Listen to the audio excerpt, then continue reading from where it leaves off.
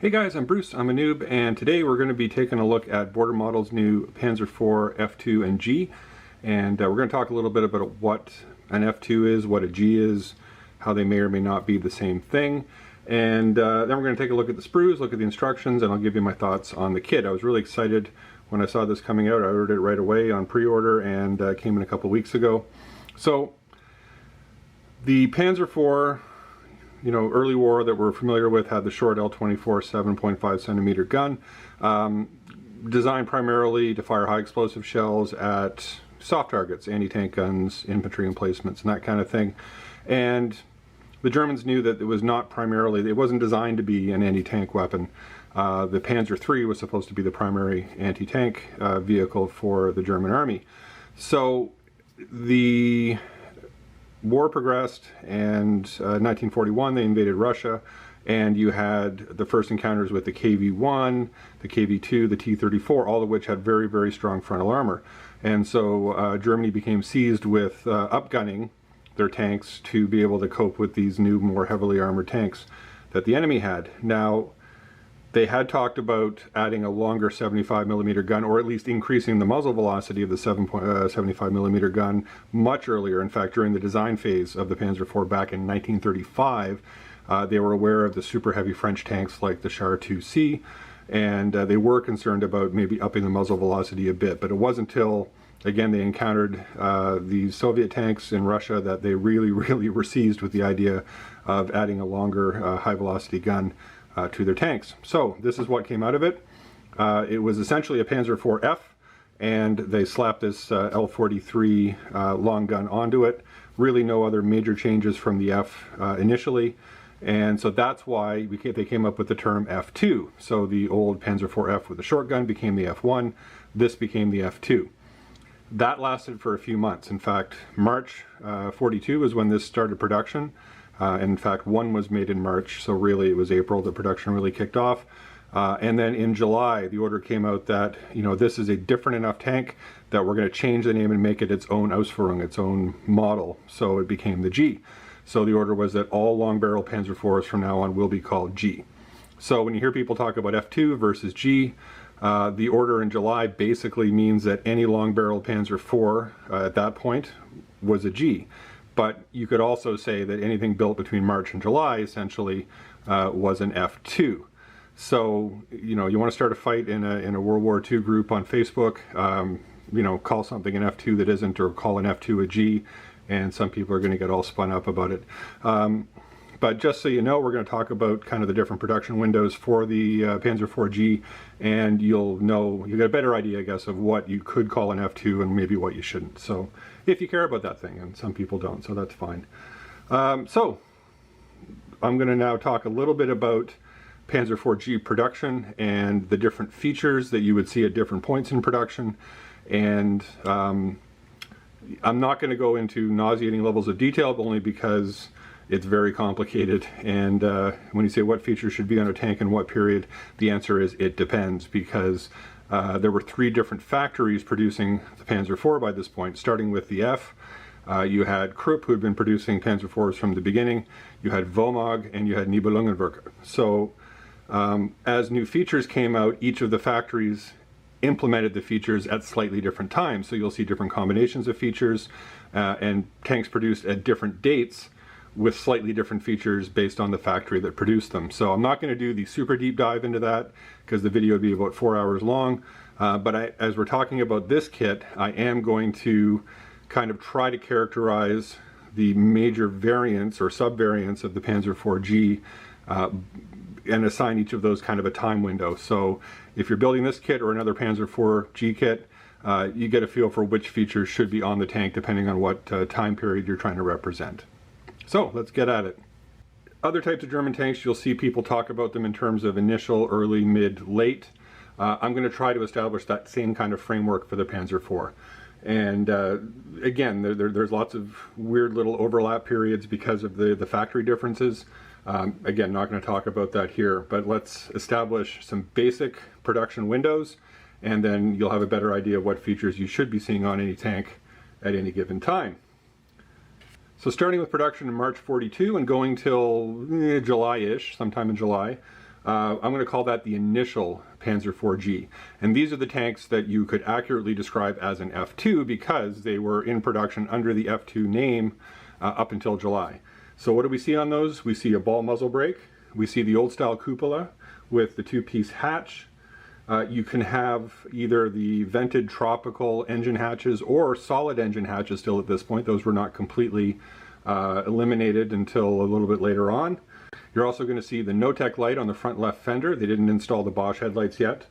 And you're going to see the original Panzer IV clamps on the left side of the engine deck for 2 barrel cleaning rods. When the gun was upgunned to the longer L43, of course, the older Panzer IVs with the L24 only had 2 segments of barrel cleaning rod mounted on the left side of the engine deck. So as they upgunned to the longer gun, they needed additional segments for the barrel cleaning rod. And initially during this production window, then you were going to see the original 2-piece barrel cleaning rod on the left side of the engine deck, but you're also going to see 2 additional segments of barrel cleaning rods somewhere else on the tank. The normal position for that was the left side of the superstructure, but depending on the unique stowage arrangements that different units had, sometimes they moved it elsewhere on the tank. You can also at this point still see the old armored smoke discharger on the back left of the engine compartment. That was ordered discontinued in February 42, but the factory still had lots of parts, so you know, they kept using them and they disappeared sort of at the end of this initial production window. Another feature that people associate with an F2, so this initial production Panzer IV-G, is the fact that it still had the vision ports on the sides of the turret, and it had both of the vision ports on the front of the turret, so the left one for the gunner, the right one for the loader. Those were ordered discontinued, but again, factories had to use up lots of parts that they already had, so you will see Panzer IVs in early production, initial production, that still have these. They started to get rid of the vision ports on the side of the turret first. You will always have the loader's vision port on the front if you have the vision ports on the sides. You will never see it the other way around. On the back of the tank in the lower hull, you had the old traditional style tow point, which was just the 2 sort of triangular pieces of horizontal metal with a hole drilled through them and a little pin that went down to hold whatever you were towing. And just above that, you just had a bare metal plate, and that's important later on because some things were added in that location. Things you wouldn't see on this initial production Panzer IV-G or an F2, you would not see the spare wheel bin, the official factory produced one on the left side of the superstructure. You would not see factory mounted spare tracks on the upper Glacis or the factory mounted bar to hold spare tracks on the lower Glacis. Again, units had all kinds of their own custom stowage options when it came to putting spare tracks on the tank, but they weren't standardized at this point in production.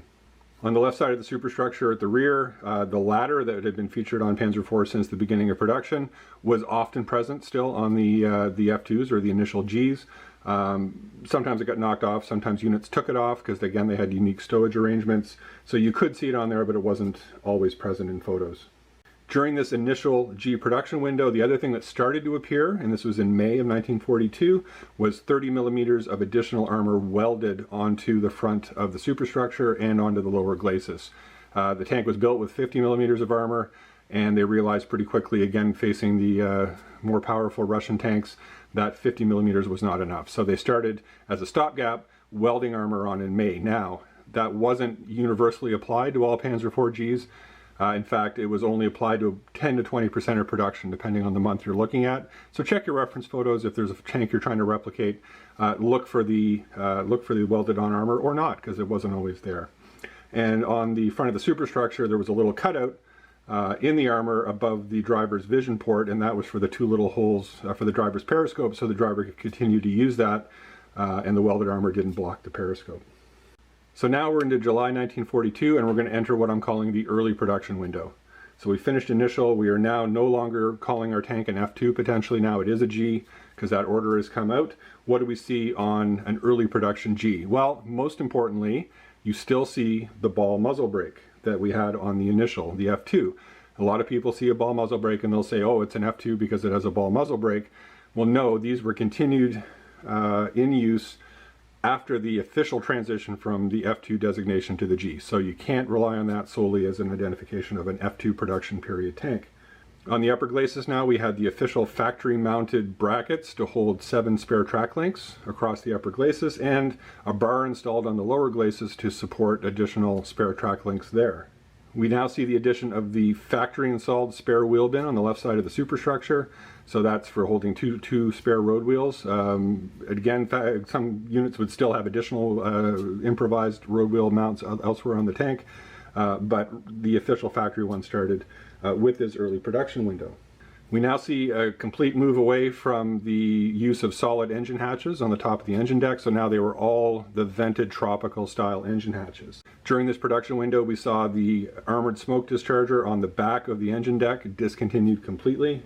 We also started to see the introduction of a new style of toe point on the back rear of the hull. So rather than just those 2 horizontal triangular plates with a hole drilled through them, there was now an extra bracket that was bolted onto the upper one, and there was a swinging hanging piece that came off of that to attach to whatever it is that you're towing. It's also finally during this early production window in the summer of 1942 that we start to see the factories installing a proper 4-piece barrel cleaning rod clamp, or a pair of them, on the left side of the engine deck. And there were 2 styles. One was more or less vertical, and it had the longer piece of the barrel cleaning rod with the brush on it at top. That was actually installed by the Krupp company. And then the other 2 companies, Vomag and Nibelungenwerke, had a different style that was kind of angled out, and at the bottom of the 4 segments actually stuck out quite a bit from the other ones. So that's a good identification feature. So now we're done with the early production window. Over the summer of 42, starting in September, we enter what I'm calling the mid-production window. And we see a number of very obvious features changing starting in September of 1942. The ball muzzle brake goes away, most noticeably, and it's replaced with what's generally called the Acorn muzzle brake. So it was more cylindrical rather than spherical, and instead of just having 1 opening on each side, it actually had 2. Very distinctive difference from the old ball muzzle brake.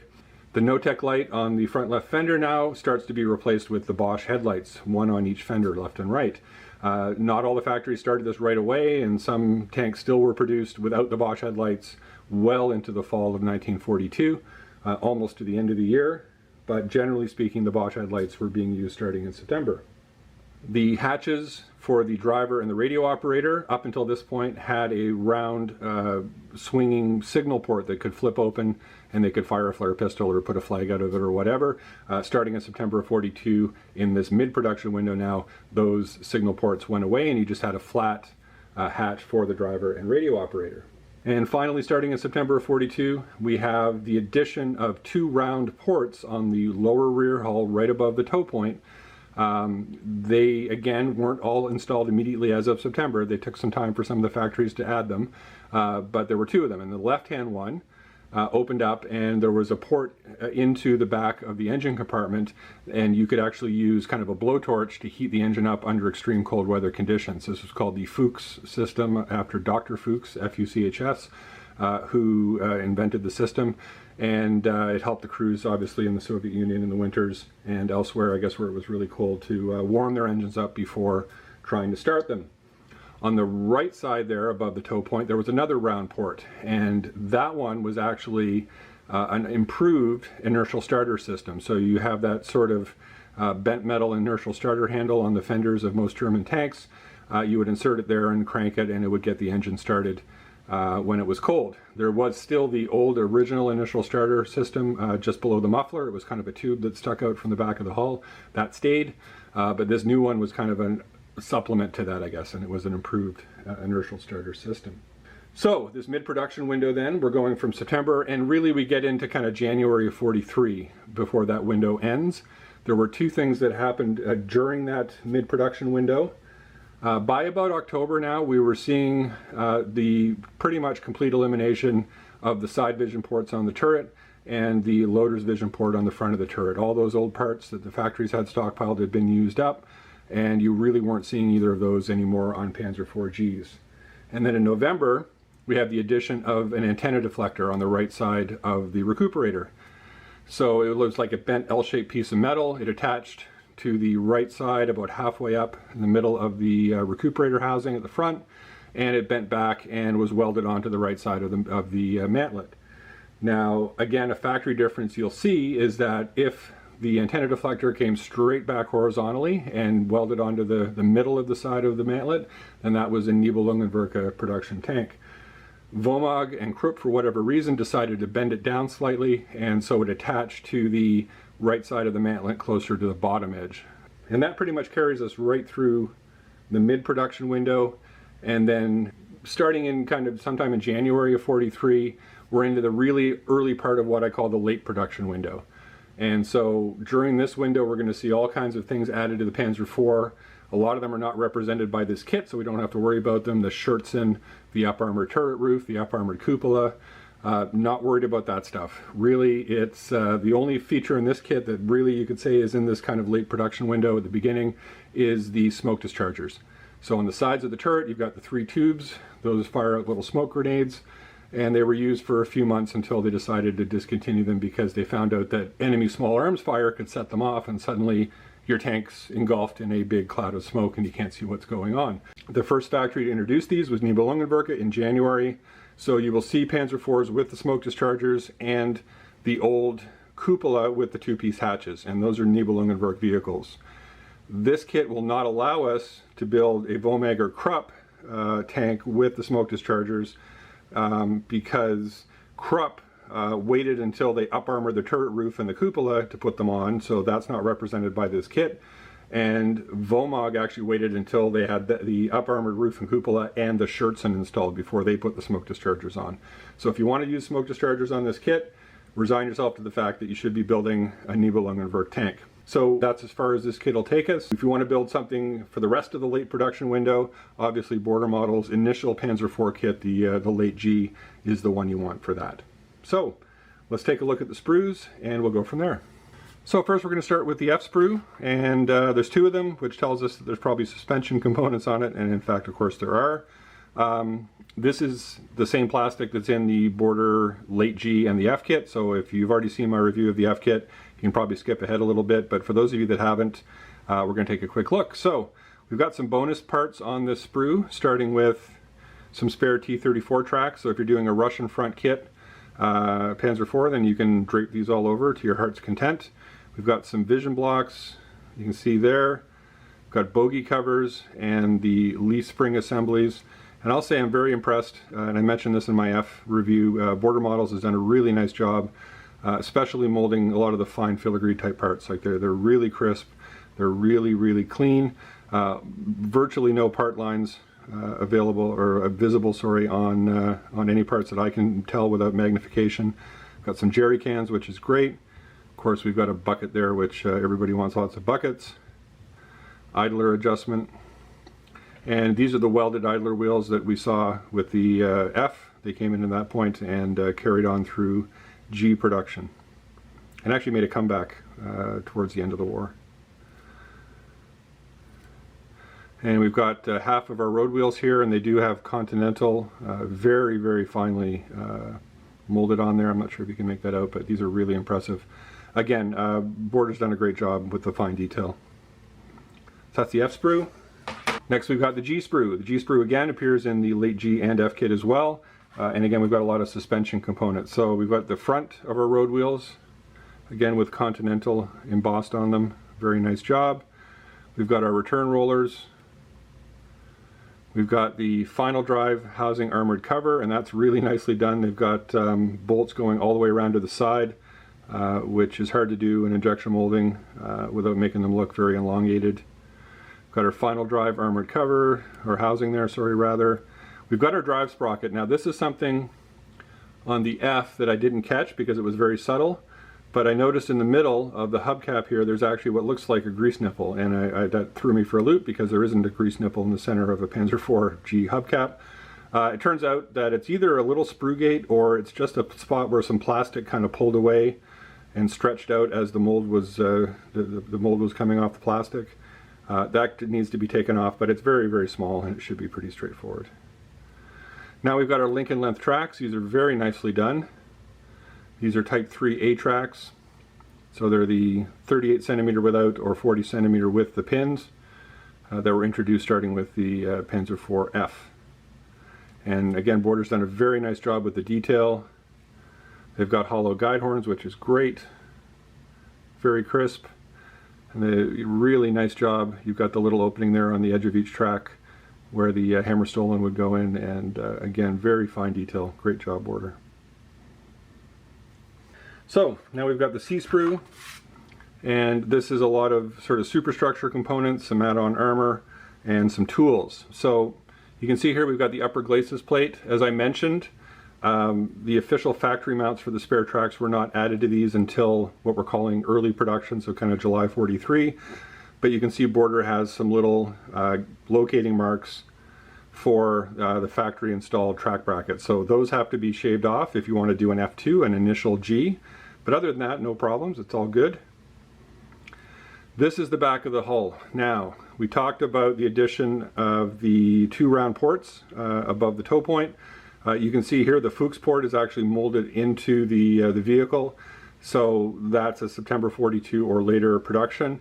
And there's a rectangular port that goes here that has the round hole, the round port for the inertial starter. Again, September 42 or later. So if you want to build an initial or an early, anything pre-September 42, you're going to have to sand that off or fill it, and you're going to have to just put a plain rectangular plate on there so you can shave off the inertial starter cover on that plate. So not a lot of work, but at the end of the day, you can have it either way you like. We've got the rear of the hull, very nicely done. Now here's our add-on armor. I'm going to flip this around. So you've got locating pins, which is fine. I think you probably have to drill those out. We'll check the instructions. And some add-on armor, 30mm for the front of the hull. So the welded option is what we want to look at. The kit does give you the option for bolted on 30mm armor. That did not start until after the production window that we're talking about with this kit. So use the welded if you're going to apply the 30mm of armor. One thing Border's done is they've given us 2 options for the tools. Now these ones have the tool clamps molded on, and they're nice and fine. The handles are really thin, that's great. Good detail on the tool clamps, but like on the F kit, the handles aren't drilled out, right? So those should be just a very thin sort of metal handle that juts out from the tool clamp itself, and there should be a hole in the middle. So a little pin vise, drill them out, clean them up with an X-Acto blade. Not a big deal, but the detail itself is quite crisp. Got our ball MG there, and then there's the piece of welded armor that would go to the right of the MG because it's split around the Kugelblende MG there. Here's part of our recuperator housing, and you can see it's got a horizontal aerial deflector on it. Now, so that's Nibelungenwerke. You would have to figure out how to bend that downward, and hopefully it would still attach to the side of the mantlet if you want to do a Krupp or a Vomag build. There's the brackets for our smoke dischargers. Again, only Nibelungenwerke would have that on this iteration of the kit. Again, great detail, very thin, fine little pieces here. That's awesome. Yeah, there's the piece with the inertial starter cover on it. You can see you'd have to shave that off. Leave the bolts, except on the corners here. There's a large bolt there and a large bolt there. Those were part of the inertial starting system. There was a plate that fit over those. And those bolts held it in place. So you'd want to shave off the round cover and just the 2 high bolts on the 2 diagonal corners there. So jack block looks great, S-hooks. Here's the first of our 2 4-piece barrel cleaning rods.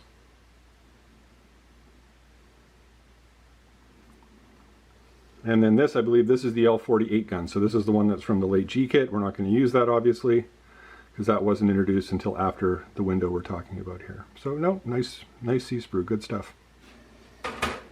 Now we're going to look at the D-Sprue. Not a big sprue, and in fact we're not going to use a whole lot off of this. You can see we've got some welded on armor, but there's no cutout for the driver's periscope, so we're not going to use that. That would have been a later thing. They started plugging up the periscopes in February of 42, and there's bolted armor, and we're not going to use that because that didn't start again until outside of this production window. So you don't need to use those. These are the option for the open engine vent covers on the sides, on the fenders.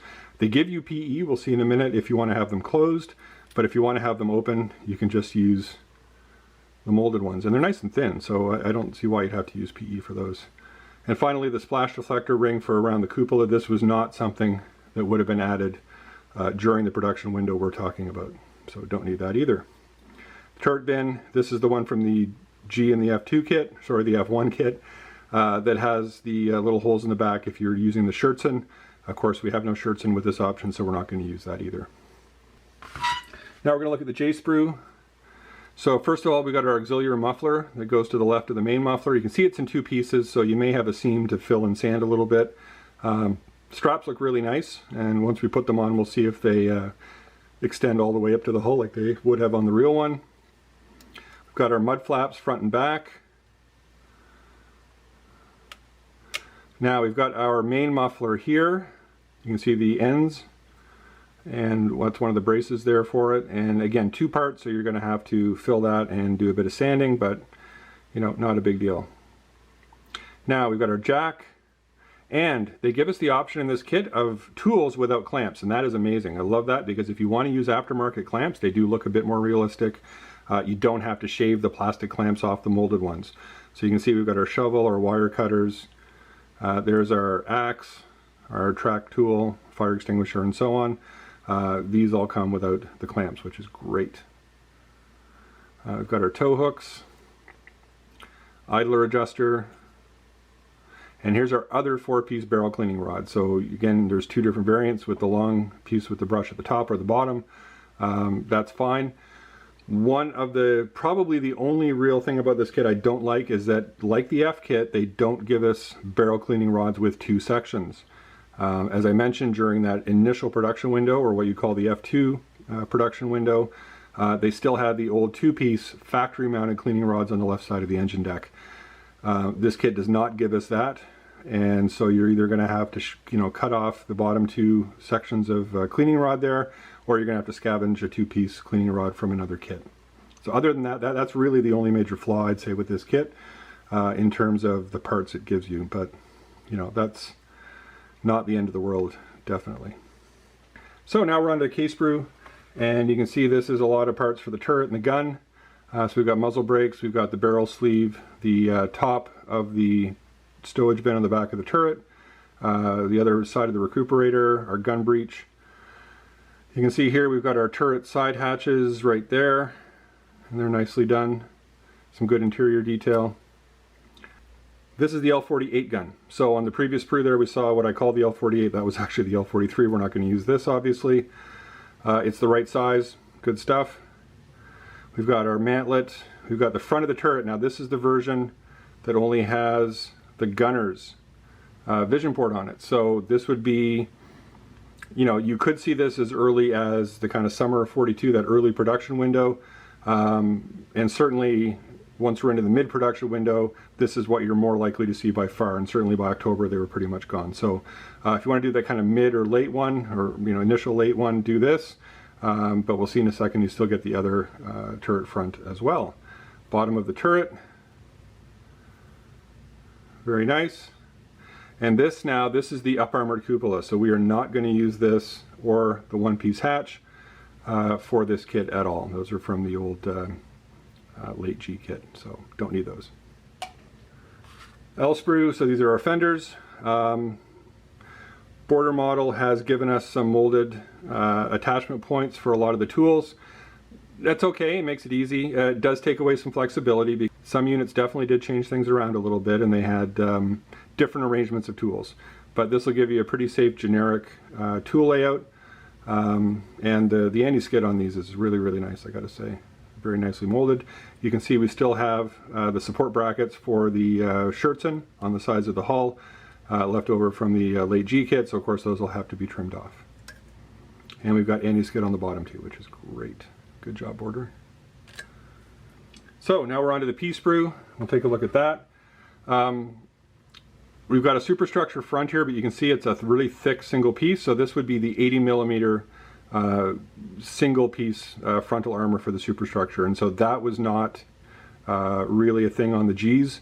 So we don't need that, even though you'll see later the instructions call for it. So don't use that. This sprue came out with the F kit, by the way. So now we've got the old style cupola that started with the Panzer IV and the two hatches for it right there, which look really nice, and some interior detail with the head pads.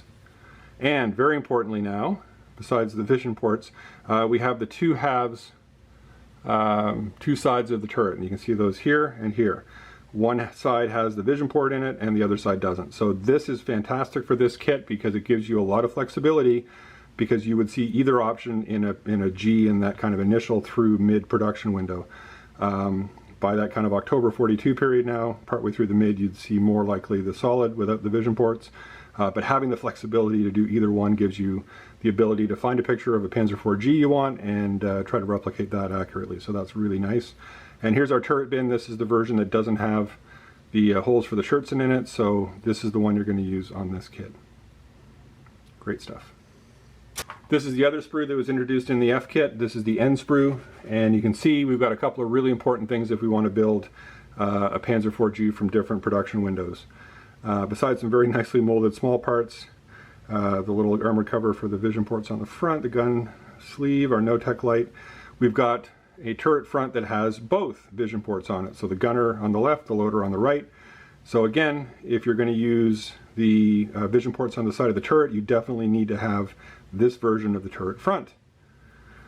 We've got the old wishbone style aerial deflector. That is not something that was used on these tanks, or if it was a field applied thing by a unit workshop. It wasn't factory installed. You can see here we've got our idler adjuster. Here's the extra two-piece barrel cleaning rod segments I talked about, normally on the left side of the superstructure, but it could be elsewhere depending on what the unit wanted to do. Now we've got the other side of the turret, both with and without the vision port, so again, lots of flexibility there.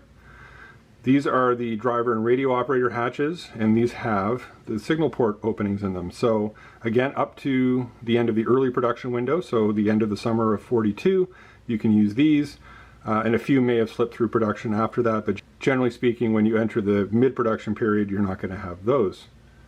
L24 gun, obviously not going to use that. That was from the F.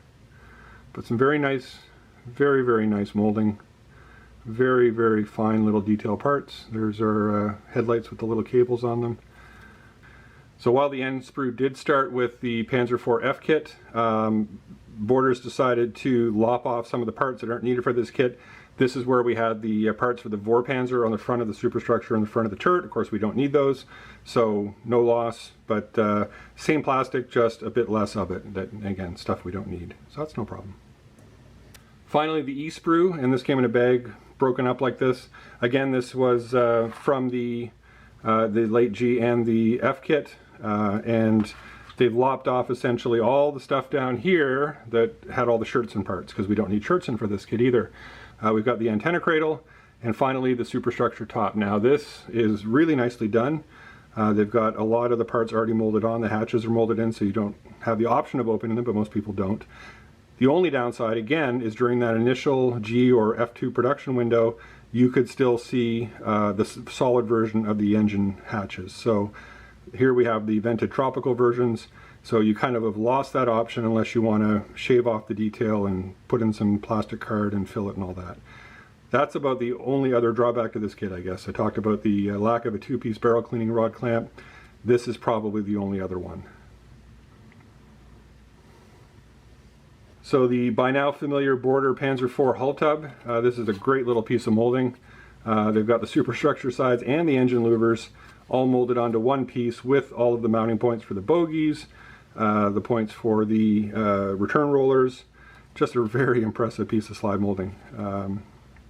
Every time I look at this, I'm kind of in awe of what they've done with it. Good detail, and yep, good stuff. If you watched my Border Panzer IV F review, you'll know that the deal breaker for me on that kit, despite the fact it was really nicely molded, was the mistake with the turret, right? They gave us the late G turret, which had the extra armor on the back portion. Not something you would see on an F, and not something you would see on a G up until very late in production, relatively speaking, kind of March 43. So, Border, good on them.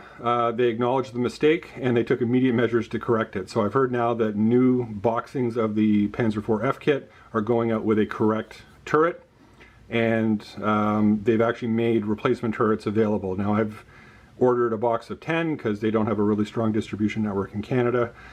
So I'll make some of those available to you guys if you want to order one and you're willing to cover my postage costs. But you know, this is what it should look like. And there's one little, again, I don't know what that is. It's almost like that little thing on the the front of the drive wheel hubcap. I'm not sure what that is. It looks like just a little plastic artifact, so we'll sand that off.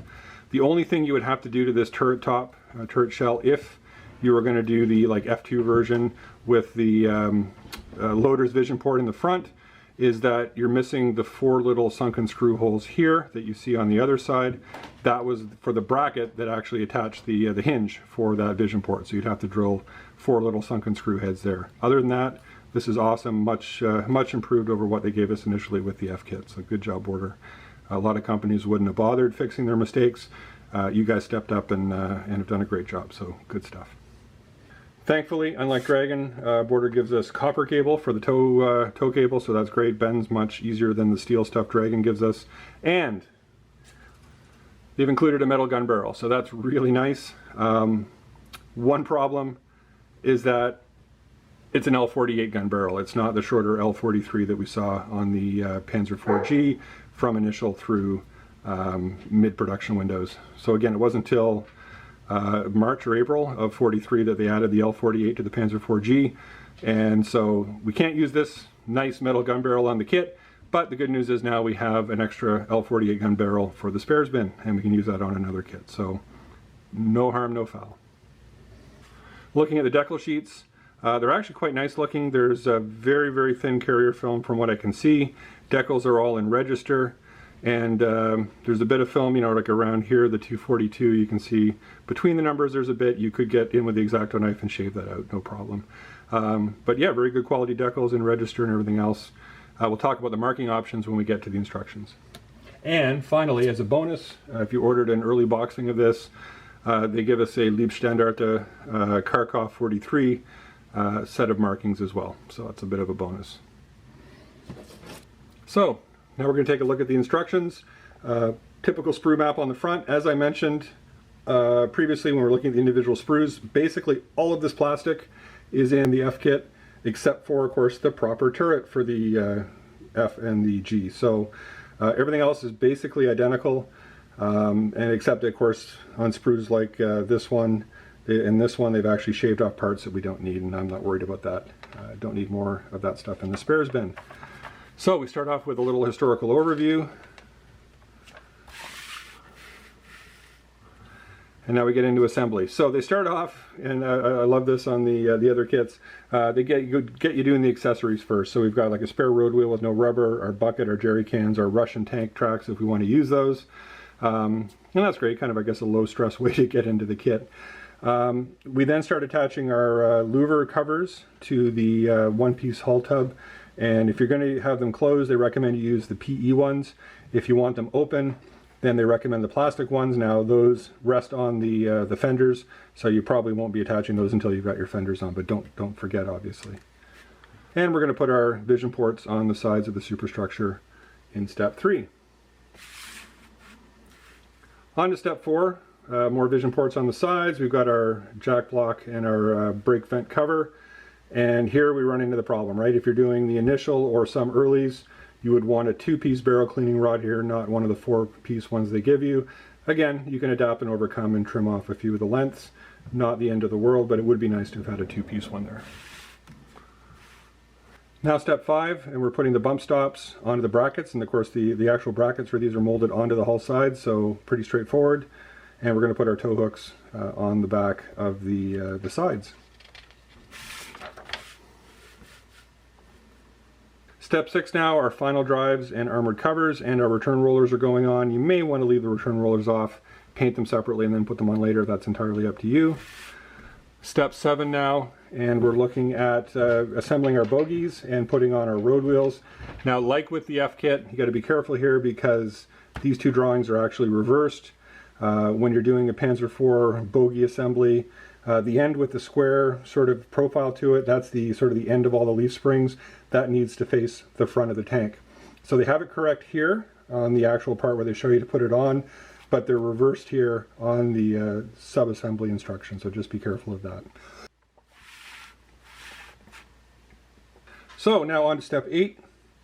We're going to assemble the hull rear and attach that on. So a couple things to bear in mind. Part C13 we talked about, it's a little rectangular piece that has a round port in it. If you're doing something pre-September 42, so if you're doing an initial or an early, you have to shave off the little port, the round piece on it, and the tall bolts on the diagonal corners. Not the end of the world. If you're doing something September or later, 42, then no problem, giver. And the other piece to bear in mind here in step 8 is if you're doing an F2, you can certainly have the armored smoke dispenser on the back left of the engine compartment, no problem. That's probably not going to be there if you're doing an early, a mid, or that early late type build.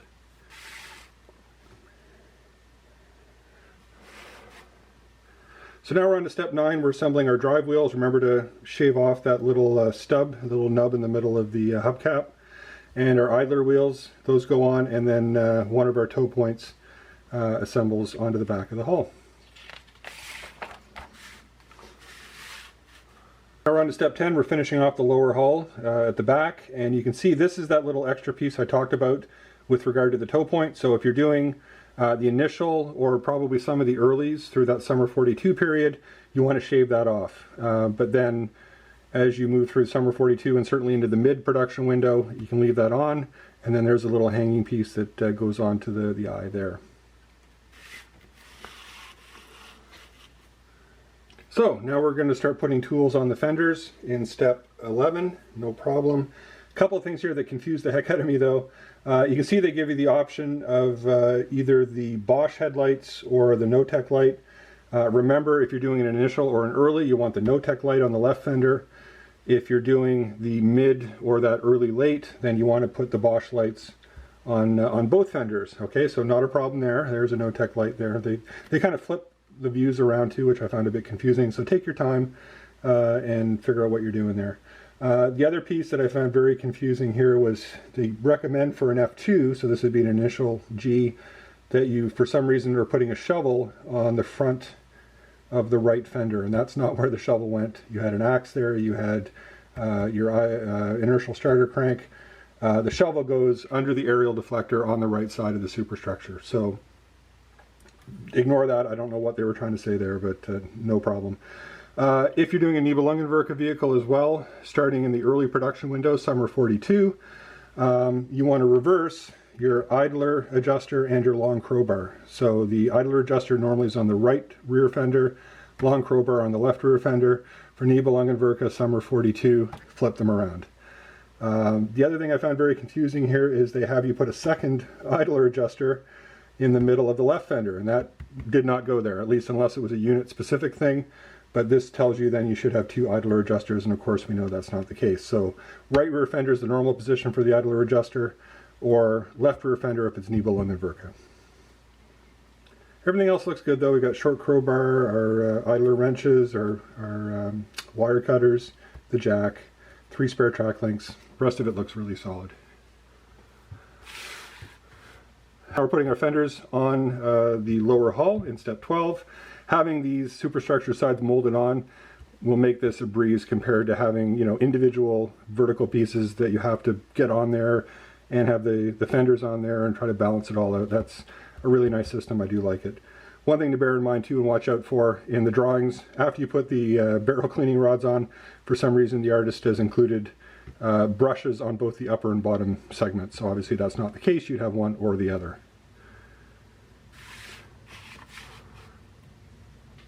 So now step 13, we're putting our spare track links on the lower Glacis.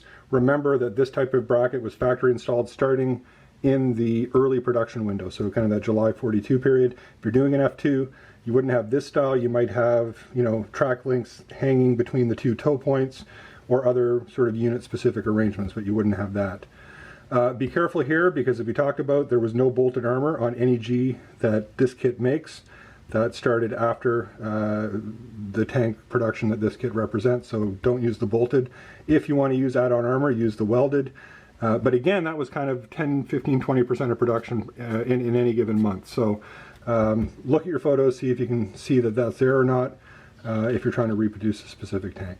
And that was only starting kind of in May of 42, so just towards the end of the F2 or initial G production. So now step 14, we're going to do the top of the superstructure.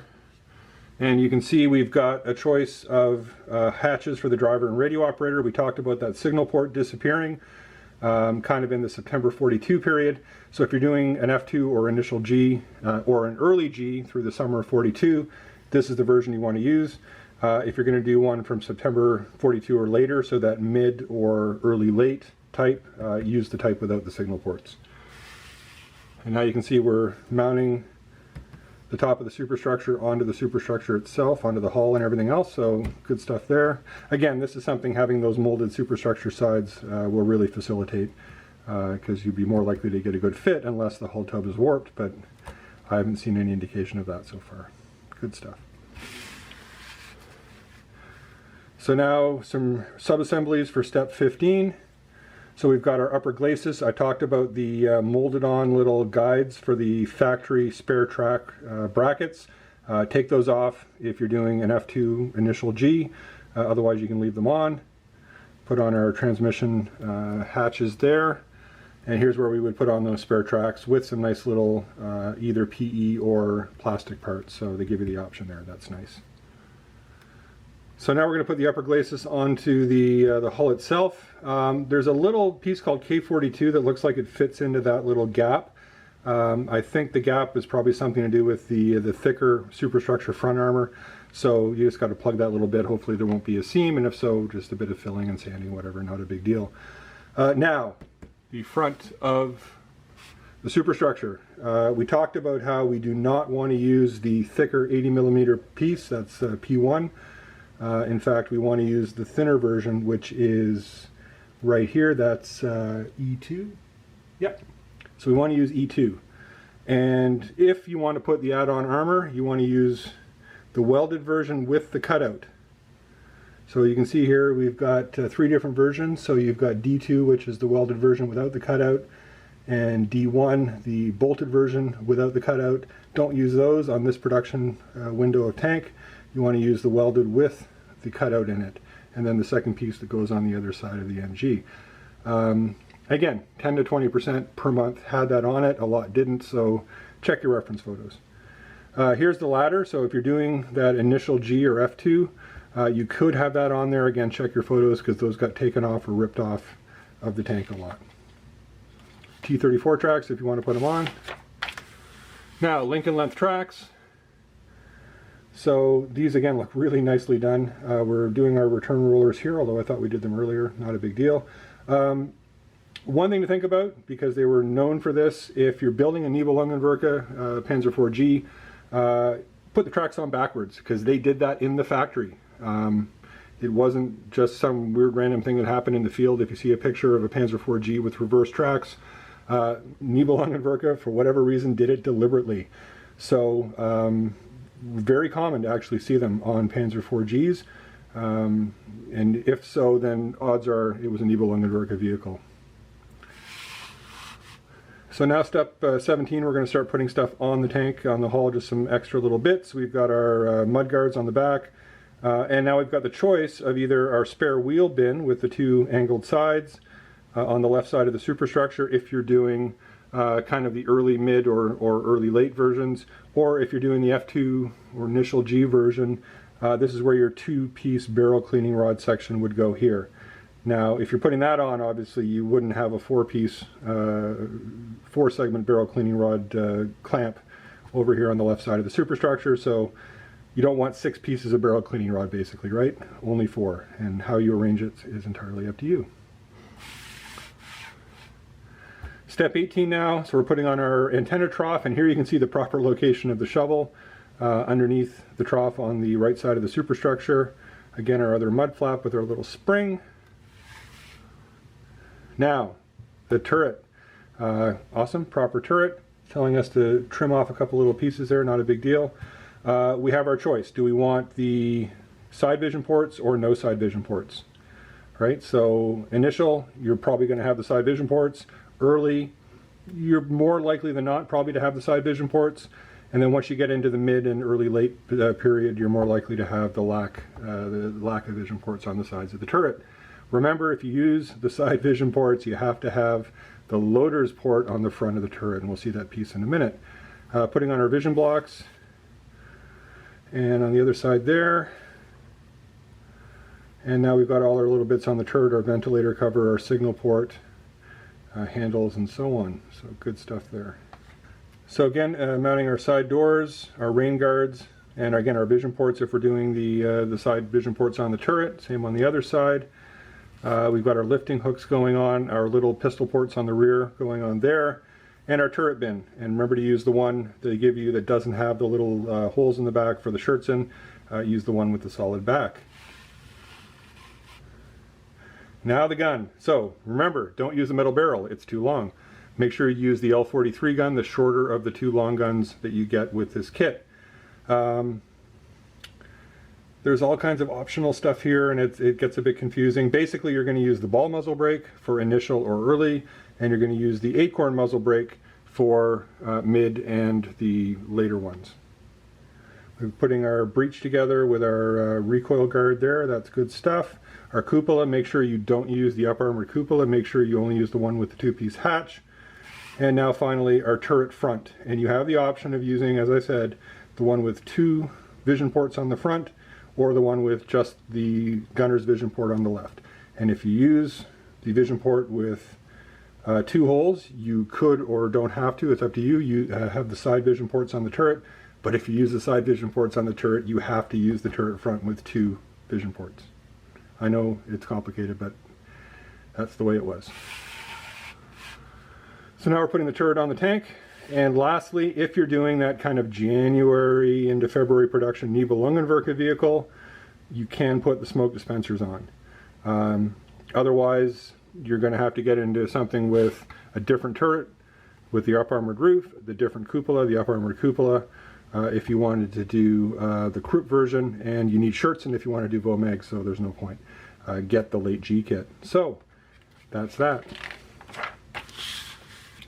So for marking options, first we've got, as expected, I guess some F2 or initial G marking options. So we've got 8th Company of Panzer Regiment 8 of 15 Panzer Division. They were one of the first two armored divisions to go to North Africa, and they were part of the Africa Corps. They've got us painting it Gel Brown with the AK, or sort of the Ammo MiG call out there. By this point, so this would have been produced, you know, April, maybe May, something like that, 1942. The official color scheme was what was called Tropen 2, so RAL 8020 would have been the base color, and then you could have had RAL 8020, which was like a light gray green sprayed over it for camo. Obviously, in a lot of the Africa Corps photos, there's so much dust all over everything, it's really hard to make out any camouflage. So you could go with just RAL 8020. AK makes a good one, and now Tamiya has XF93, which has just come out. And there's other options for 8020 as well. And you could have the 7027 camouflage kind of squiggles on it too if you liked. The only problem with this marking option is on the front of the superstructure. Other than that, really nice. Could be a really popular subject, I think, with builders. Now, our next marking option, a couple of issues with this one, unfortunately. They have it listed as Panzerabteilung 204, so the 204th Panzer Battalion. It's actually supposed to be Panzer Regiment 204. And so that was the Panzer Regiment that actually was the main armored element of the 22nd Panzer Division. From photos I've seen, the 22nd Panzer Division in this kind of time period had its Panzer IVs in the 3rd Company, 6th Company, or 9th Company, not in the 4th Company. So they also happen to use pretty big white numbers as well. So small black numbers with a number 4 at the beginning for the 4th Company, unfortunately, is inaccurate. The paint scheme itself, they've got the Dunkelgrau RAL 7021 base, which was fine. Early Panzer IVs, some of them were painted Dunkelgrau, but they've got an olive grun, so that's that green color that was introduced in 1943 as part of the tritonal camo scheme. So you probably wouldn't have olive grun itself over Dunkelgrau. You may have another color. Again, at this point, the Tropen 2 scheme was in use, and there might even have still been paint left from Tropen 1 painting of vehicles. So, you know, you could have used RAL 7008 maybe if there was some left over, or RAL 7027 if there was some of that left over, but you probably wouldn't have olive grun in this kind of summer 42 scheme.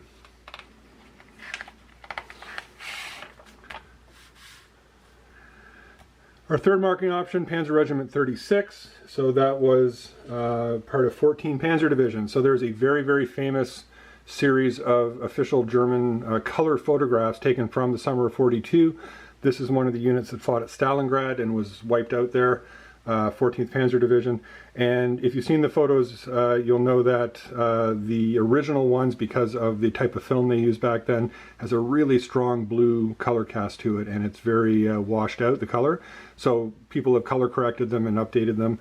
And this tank, they make it look like basically it's Tropen, I'm going to say it's going to be Tropen 1, so it's a pretty dark color, so RAL 8000 on the base, and then they have us paint Dunkelgrau stripes over top of that. That's probably a fair characterization of what was on those vehicles. There's a slim chance it could have been the RAL 8020 from Tropen 2, a bit lighter and a little pink, but the way the color photos have been corrected, they certainly look like that darker brown that you would have seen on the Tropen 1 scheme with the RAL 8000. So that would be my recommendation for painting this thing. Unfortunately, two issues with this. The 14th Panzer Division only had 4 long-barreled Panzer IVs in the summer of 42, so when they were heading off under Fall Blau to head off to Stalingrad. And the only pictures I've ever seen of 14th Panzer Division long-barreled Panzer IVs, they're in the 4th company, not the 3rd company. So the 3rd company would have been a light company, so Panzer IIIs, maybe some Panzer IIs. The Panzer IV should be in 4th company, so not accurate decals there, unfortunately. And the famous photos showed that they actually had their divisional symbol on the little brake cooler, the round thing there, vent. They also had them on the back of the turret above the number, and on this side they had them just behind the Balkenkreuz there on the left side of the superstructure. So again, not a 100% accurate marking option, but you can get there with some aftermarket decals if you have some stencils, whatever, and these are really sharp looking tanks from that unit. So now we're on to, well, unnamed unit, basically Spring 42. These are actually from Panzerabteilung 18, and that was one of the battalions that was formed when Panzer Regiment 18 was split up. Panzer Regiment 18 was part of the 18th Panzer Division, which were famous for having the deep wading tanks, the Tauchpanzers, during the invasion of Russia in 1941.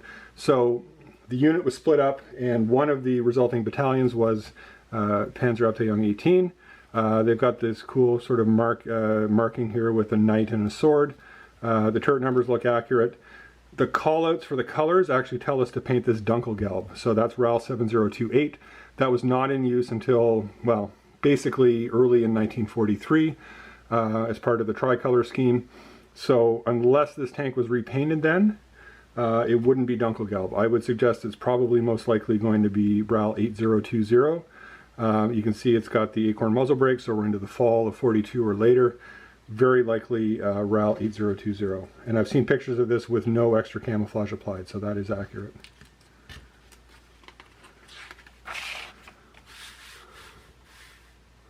So now we've got another Africa option here for marking. The big red 9 on the side of the turret gives me some concern. Standard Panzer Regiment organizations would see all of the Panzer IVs, at least up until later in the war when the Panthers started coming out, kind of later in 43, or well, middle of 43. And they still had, you know, Panzer IIs and Panzer IIIs in the light companies. The Panzer IVs were in the medium companies, and those were almost always, not 100%, but almost always numbered 369 or 4, 8, and 12. In Tunisia, which this is saying it is, to my knowledge, there were no Panzer IV serving in a 9th company of any unit. The 10th Panzer Division in February of 43, so kind of, you know, fairly early on in their involvement in Africa, were authorized to add a 3rd battalion. And so that battalion would have had 3 companies, and so you would have been looking at Panzer IVs in either probably a 9 or a 12 company. So it's possible that there were Panzer IVs serving in Tunisia in 10th Panzer Division in a 9th company. I've just never seen photos of them. If you have, please let me know, and I'd love to see them.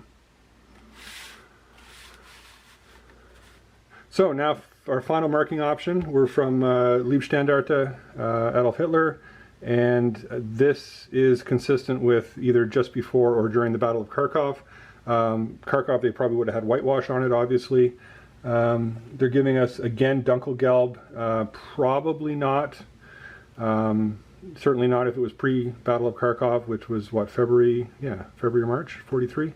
Because Dunkelgelb only came out in kind of February, March 43. So, again, probably RAL 8020, given that this is a fall 42 or later production.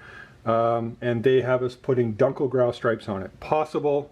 Check your reference photos. Certainly there'd be Dunkelgelb left around. The workshop would have access to them. So if you're going to put a darkish camouflage over one of the Tropen colors, then for sure it could be Dunkelgrau.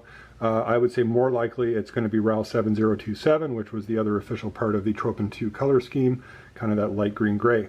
So you know what, find pictures, do what you like, but probably more likely Tropen 2 than Dunkelgrau over Dunkelgelb for sure. So, what are my thoughts of Border's Panzer IV Ausf F2 and G? I've got to say I'm really happy with this kit. First of all, as we already talked about, they took a really proactive approach to fixing the issues with the turret from the Ausf F kit, and they fixed it for this kit and now retroactively for new boxings of the F kit. So that's awesome. Really good sign of a dedication to customer service. So good job, Border. As with all the previous versions of the Panzer IV, the molding's really nice looking, great detail. The only two drawbacks we talked about really is the lack of a two-piece barrel cleaning rod for the left side of the engine deck for the initial and early Gs, and the lack of an option for solid engine deck hatches. Both of those are relatively minor. They can be fixed with a little bit of work, and they're not wrong, right? It's just they don't give you quite all of the historically accurate options, so I'm not going to hold that against them.